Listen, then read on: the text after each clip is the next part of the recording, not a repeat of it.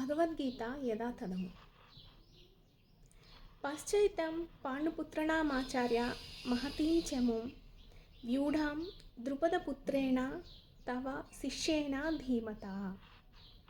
ఓ ఆచార్య, బుద్ధిమంతుడును నీ శిష్యుడు అయిన ద్రుపదపుత్రునిచే నేర్పుతో రచింపబడిన పాండుపుత్రుల యొక్క గొప్ప సేనను చూడుము. భాష్యము.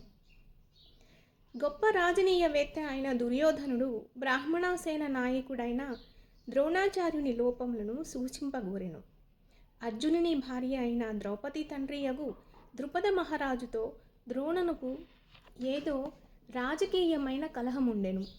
తత్ఫలితంగా ద్రుపదుడు ఒక యజ్ఞము చేసి ద్రోణాచార్యుని వధింపగల కుమారుని బడయుటకు ఆశీర్వాదము పొందెను.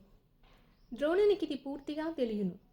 అయినను విశాల హృదయుడైన బ్రాహ్మణుడు అగుట చేత అతడు అస్త్ర విద్యాభ్యాసమున ద్రుపదుని కుమారుడైన దృష్టద్యుమ్నుడు తన దగ్గరకు వచ్చినప్పుడు అస్త్ర విద్యా రహస్యములన్నింటినీ తెలుపుటకు వెనుదీయలేదు. ఇప్పుడు కురుక్షేత్ర రంగమున దృష్టద్యుమ్నుడు పాండవుల పక్షము వహించి ద్రోణాచార్యుని నుండి నేర్చుకునిన విద్యా నైపుణ్యము చేతనే సేనా వ్యూహములను పన్నియుండెను. ద్రోణాచార్యుడు జాగరూకుడై నిర్దయముగా యుద్ధము చేయవలెను ఉద్దేశముతో దుర్యోధనుడు ద్రోణాచార్యుడు నర్చిన పొరపాటును సూచించెను. దీనివలన తన ప్రియ శిష్యులైన పాండవుల విషయమును కూడా యుద్ధములో అతడు ఎట్టి సానుభూతియు ప్రదర్శింపరాదని అతడు సూచింపదలచెను. ముఖ్యముగా అర్జునుడు మిక్కిలి నిపుణుడు ప్రియతముడు అయిన శిష్యుడు.